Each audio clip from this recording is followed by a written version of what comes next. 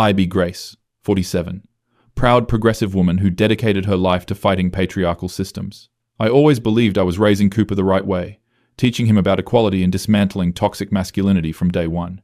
I refused to let him play with toy guns, insisted on gender-neutral everything, corrected him every time he showed problematic behaviors. When he was little and wanted to roughhouse with other boys, I'd redirect him to more collaborative activities.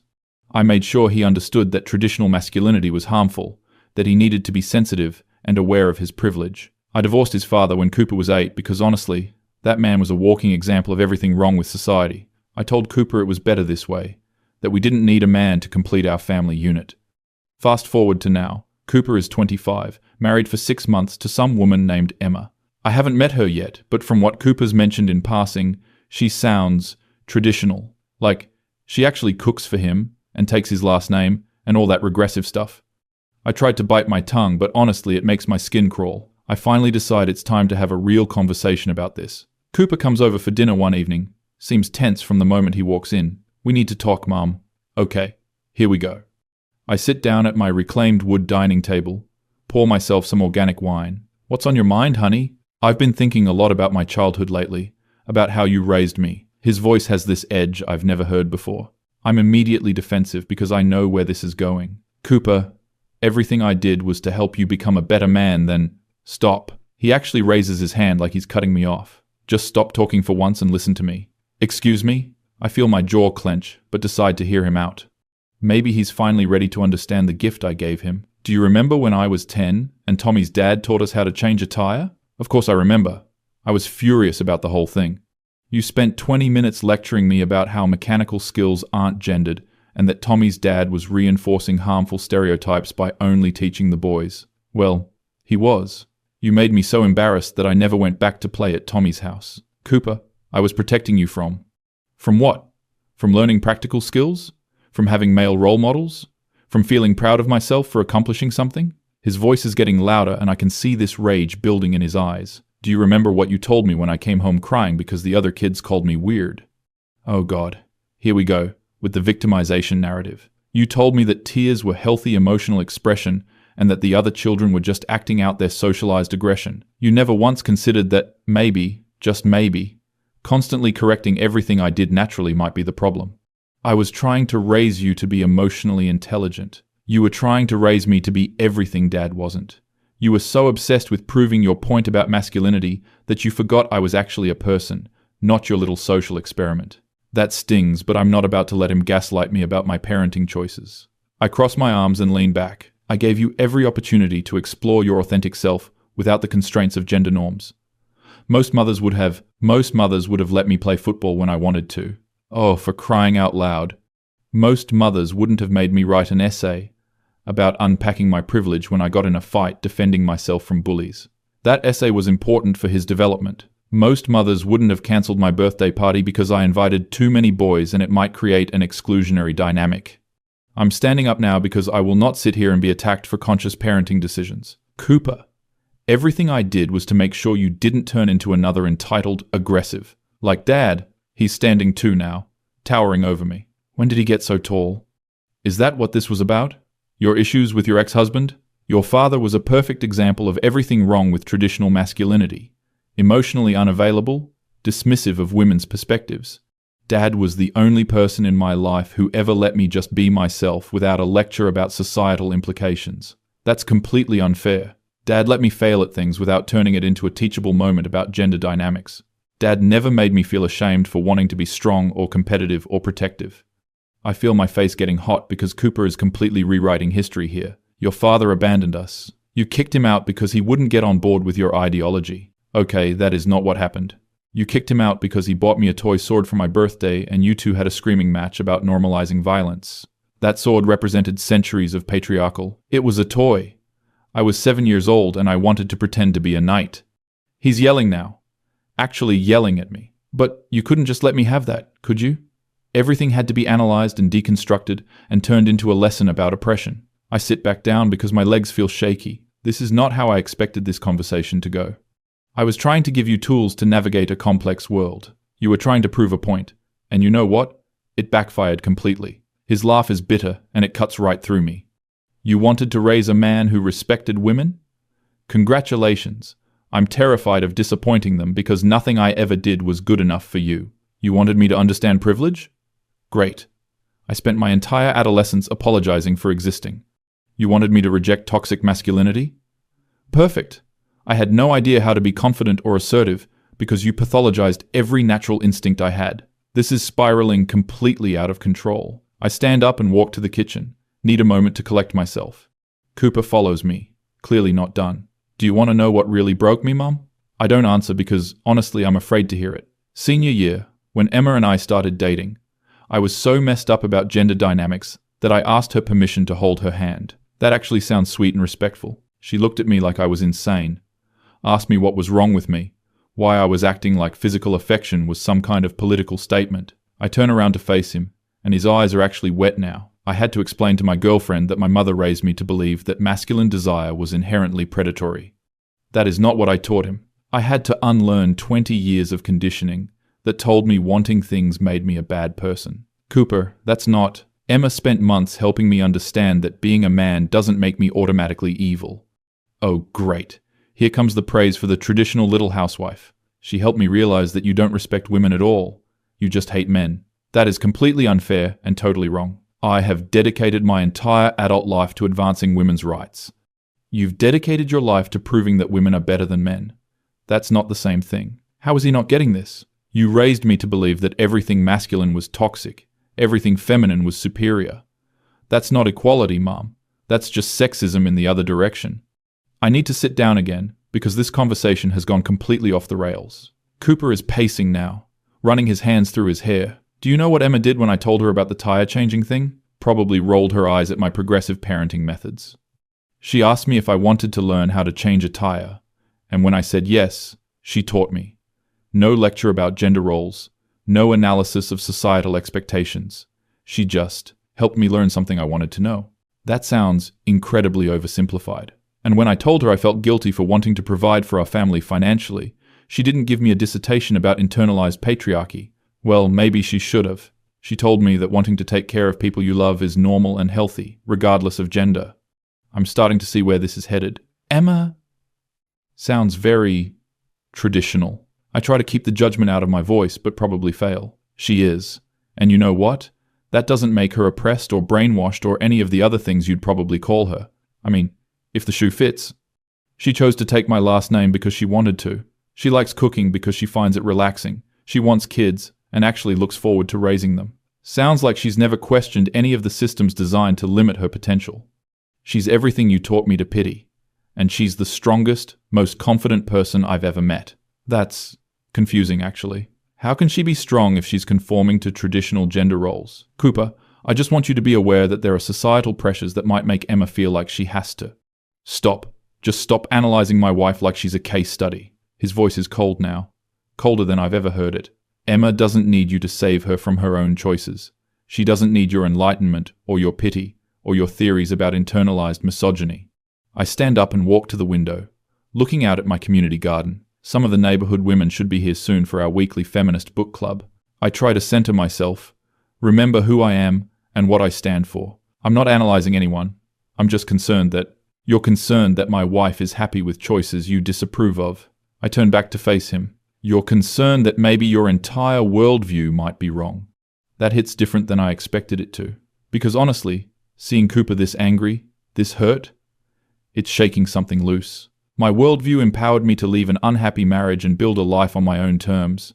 Your worldview destroyed our family and left me unable to form healthy relationships for years. I sit down heavily on my ethically sourced cotton couch. Cooper sits across from me, elbows on his knees, staring at the floor. Do you want to know the worst part? Honestly, not sure I do, but not anyway. I actually believed for the longest time that it was my fault, that I was just inherently flawed because I couldn't be the kind of son you wanted. I feel tears starting and try to blink them away. This was never supposed to happen. I gave him every advantage, every tool to navigate an unjust world. It wasn't until I met Emma that I realized the problem wasn't me. The problem was that you never accepted who I actually was. I look up at him, and his face is so sad. You loved the idea of raising an enlightened man more than you loved your actual son. That's not true. That's not fair. I love Cooper more than anything in this world. I love you. You love your version of me, the version that validates all your beliefs about gender and society. You've never loved the version of me that wants to be strong, that wants to protect people, that wants to build things and fix things and compete with other men. I stand up because I need to move, need to do something with my hands. I start straightening books on my bookshelf, all the feminist theory that guided my parenting. Those impulses you're talking about, Cooper, they're socialized. They're products of a system they're part of who I am. I spin around to face him. No, they're not. They're learned behaviors that you can unlearn with enough awareness. Listen to yourself right now. His voice is quiet, but there's something dangerous in it. You literally cannot accept that I might have natural inclinations that don't fit your ideology. Even now, when I'm telling you how much damage this did to me, you're still trying to convince me that my feelings are wrong. I open my mouth to respond, but he holds up his hand again. I'm not done. I sit back down because clearly this conversation is far from over. Emma and I have been married for 6 months now, and every day I'm more grateful that she's nothing like you. That stings more than it should. When I come home from work, stressed out, she doesn't lecture me about toxic masculine workplace culture. She asks if I want to talk about it, or if I'd rather just decompress. Sounds like she's enabling his avoidance of difficult conversations. When I want to go out with my friends, she doesn't interrogate me about whether we're engaging in problematic bonding rituals. She tells me to have fun and be safe. Cooper, I was trying to help you think critically. You were trying to control how I thought. There's a difference. I stand up and start pacing again. Emma trusts me to be a good person without constant supervision and correction. Emma lets me open doors for her and carry heavy things, not because she's weak, but because she knows I like taking care of her. Emma doesn't see every gesture of affection or protection as evidence of internalized oppression. I feel myself getting defensive again, because this all sounds very familiar. Sounds like every relationship I've ever criticized for perpetuating harmful dynamics. Those behaviors you're describing, they reinforce gender hierarchies that make us both happy. I pause because that's not the response I expected. Emma feels loved when I take care of her. I feel fulfilled when I can provide and protect. We both benefit from the dynamic. But that's exactly the kind of thinking that keeps oppressive systems in place. Just because something feels good doesn't mean it's not reinforcing harmful. Why does everything have to be political with you? His voice cracks a little and it breaks something in my chest. Why can't you just be happy that I found someone who loves me? I sink down onto the couch because suddenly I feel exhausted. I am happy that you found love. I just worry that I'm not miserable enough to prove your theories right. I look up sharply because that's not fair at all. You want my marriage to fail because if Emma and I are happy together, it means everything you taught me was wrong. I stand up abruptly because I will not sit here and be accused of wanting my son's marriage to fail. That is absolutely not true. Then why haven't you asked to meet her? I freeze because honestly, I hadn't realized he noticed. We've been together for 2 years, married for 6 months, and you've never once suggested we all have dinner. Because honestly, I'm not sure I'm ready to meet someone who represents everything I've spent my adult life fighting against. I've been busy with work and you've been avoiding her because you know that if you meet her and like her, it'll force you to question everything. I walk back to the kitchen and pour myself more wine. I need something to do with my hands. Cooper follows me again. My wife is nothing like you, Mom. That's why I'm happy. The words hit like a physical blow. I set down the wine glass carefully because my hands are shaking. That's a cruel thing to say. It's a true thing to say. I turn to face him, and there's no anger left in his expression, just sadness. Emma doesn't see every interaction through the lens of gender warfare. She doesn't analyze every conversation for hidden power dynamics. She doesn't treat me like I'm inherently dangerous because I'm male. I lean against the counter because my legs feel unsteady again. I never treated you like you were dangerous. You treated me like I was one good influence away from becoming a rapist. That word hits the air between us like a slap. Every time I showed interest in a girl, you gave me lectures about consent that made it sound like male sexuality was inherently predatory. Every time I got frustrated or angry, you acted like I was on the verge of becoming violent. Every time I wanted to compete or win at something, you made it about toxic masculinity instead of normal human drive. I slide down the cabinet until I'm sitting on the kitchen floor. This is not how I remember any of this. Cooper sits down across from me, his back against the refrigerator. Do you remember when I made varsity wrestling my junior year? Of course I remember. I was horrified. You refused to come to a single match because you said wrestling celebrated aggression and dominance. Well, it does. Do you know what that felt like? To have your own mother refuse to watch you succeed at something you'd worked years to achieve? I couldn't support an activity that promoted violence. It wasn't violence. It was sport. It was discipline and strategy and pushing myself to be better. He's looking at me with this expression I can't read. But you couldn't see that because it didn't fit your narrative about healthy masculinity. I remember watching from the parking lot once, seeing Cooper on the mat. He looked so focused, so capable. But I couldn't get past what wrestling represented. That sport, those activities, they're designed to reinforce harmful hierarchies. They're designed to help people grow and challenge themselves. But you couldn't see that because you'd already decided that anything traditionally masculine was automatically bad. I pull my knees up to my chest. I'm feeling smaller than I have in years. I was trying to protect you from becoming like Dad? I nod because that's exactly what I was afraid of. Dad wasn't a bad person because he was traditionally masculine, Mom. Dad was a bad husband because you two were incompatible. That stops me cold. Because I've spent so many years conflating those two things. You turned your marriage problems into a crusade against masculinity itself. You decided that the solution to having one relationship with a man who didn't understand you was to raise a son who would never challenge or disagree with any woman. I start crying properly now because something about that rings uncomfortably true. I wasn't trying to. You were trying to create the perfect feminist man. But what you actually created was a person so afraid of his own instincts that he couldn't function in normal relationships. I look across the kitchen at my son. Really look at him. He's so much like his father physically, but I've been so focused on preventing him from becoming emotionally similar that I never saw who he actually was. Cooper, I'm sorry if some of my methods they weren't just wrong methods, Mum. The entire premise was wrong. I wipe my eyes with the back of my hand. I feel like the ground is shifting underneath me. You assumed that traditional gender roles were inherently oppressive, so you tried to eliminate them completely. But what if some people actually thrive in traditional roles? What if some of those patterns exist because they work for a lot of people? This goes against everything I've believed for decades. Everything I've read, every theory that shaped how I raised him. Those roles exist because of centuries of patriarchal conditioning. Or maybe they exist because men and women are actually different in some ways, and those differences can be complementary instead of competitive. I stand up and walk to the sink, splash cold water on my face. I look out the window and see my neighbor bringing in her laundry. She's married to a man who works construction, has 3 kids, seems happy. I've always assumed she just didn't know any better.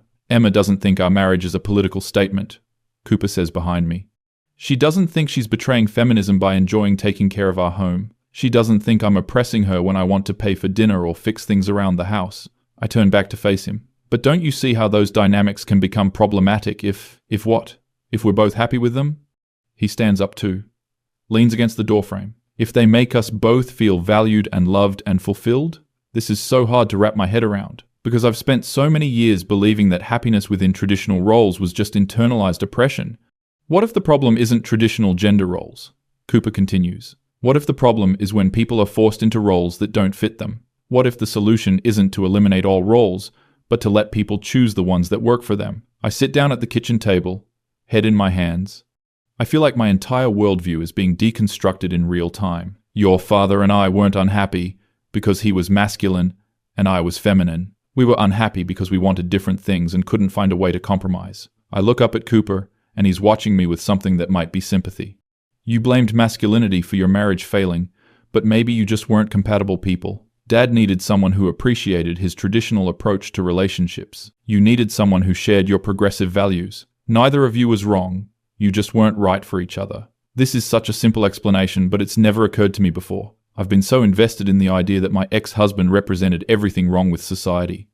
But by making it about gender politics instead of personal compatibility, you taught me that my natural inclinations were morally wrong. I feel tears starting again, because I'm beginning to see how much damage I might have done. When Emma and I disagree about something, we talk it out like adults. She doesn't assume my perspective is automatically invalid because I'm male. I don't assume her choices are internalized oppression because she's female. We just respect each other as individuals. That sounds so simple, but somehow I never modeled that kind of relationship for Cooper. Every relationship I had after your father, I approached like a political battlefield. I was so determined never to be submissive again that I made partnership impossible. I taught you that relationships between men and women were inherently adversarial. I look around my kitchen, decorated with feminist art and inspirational quotes about women's empowerment. Suddenly, it feels less like a celebration of strength and more like a monument to resentment. Do you think? I pause because this is hard to ask. Do you think I can meet Emma? Cooper's whole face changes. like he wasn't expecting this. I'd like to understand what makes her so different from me. Maybe I can learn something. He's quiet for a long moment, studying my face. She's not going to debate you about gender theory. I nod because honestly, that sounds like a relief. She's not going to validate your assumptions about traditional women being oppressed. I nod again, though this feels scarier. And she's probably going to like you, which might be the hardest part of all. That last part hits unexpectedly, because I've been so invested in the idea that traditional women and feminist women are natural enemies. Why would that be the hardest part? Because it's easier to dismiss people when you can hate them. If you like Emma, you'll have to accept that there are multiple ways to be a strong woman. You'll have to accept that your way isn't the only right way. I stand up and walk to the calendar on my refrigerator. It's full of feminist book club meetings and activism events, all activities designed to reinforce what I already believe. When could you both come for dinner? Cooper looks surprised but pleased. Really? Really. I want to understand what I've been missing. I want to understand why my son is happy with someone so different from me. And maybe I want to understand why that's okay. He walks over and hugs me. The first real hug we've had in years. I feel how tall and strong he is, how much like his father. For the first time, that doesn't feel like a threat. Cooper? Yeah? I'm sorry I tried to change who you were. I'm sorry I made you feel like being yourself was wrong. I feel him relax against me. I know you were trying to help, Mom. I know you thought you were doing the right thing. But maybe next time you can just love someone for who they are, instead of trying to improve them. I pull back to look at him. Is there going to be a next time? He grins, and it's the first real smile I've seen from him in months. Emma wants kids someday, and I want them to know their grandmother. But they're going to know the real you, not the ideology. I nod because I understand what he's asking. The real me might be messier than the ideology. The real you is probably more interesting than the ideology. He heads toward the door, then turns back. Mom, Emma makes amazing pot roast. Just don't ask her about the feminist implications of traditional cooking, okay? I laugh despite myself. I'll try to restrain myself. Good. Because if you make her cry, you'll have to deal with me. There's something in his voice when he says it. Something protective and sure. And for the first time, instead of worrying about toxic masculinity, I feel proud. I think Emma's lucky to have someone who cares about her so much. She is. And I'm lucky to have someone who lets me care about her without making it a political issue. After he leaves, I sit alone in my kitchen for a long time. I look around at all the symbols of my feminist awakening. The books about dismantling patriarchy, the art celebrating women's independence. None of it feels wrong exactly, but it feels incomplete. Like I've been seeing only half the picture. I think about Emma, this woman I've never met who somehow helped my son become confident and happy. I think about Cooper, how much more relaxed he seemed when talking about his wife than he's ever been talking to me. I think about all the years I spent trying to protect him from becoming like his father. Maybe the problem wasn't that his father was traditionally masculine. Maybe the problem was that I never learned how to appreciate traditionally masculine qualities. I pour myself another glass of wine and sit down with my phone. I scroll through photos Cooper has posted of Emma. She's pretty, in a natural way, always smiling. In every picture with Cooper, they both look genuinely happy. Not performing happiness for social media, just... There's one photo of them at some kind of outdoor festival. Cooper has his arm around her shoulders. She's leaning into him. They look like they fit together, like they're not fighting against their natural instincts, but embracing them. I put down the phone and really think about what Cooper said. About Emma helping him learn that wanting to provide and protect wasn't toxic. About her letting him be strong without making him feel guilty about it. About them both choosing traditional roles because those roles made them happy. Maybe the real feminism isn't about eliminating gender roles. Maybe it's about making sure people have the freedom to choose the roles that work for them, whether those roles are traditional or progressive or something in between.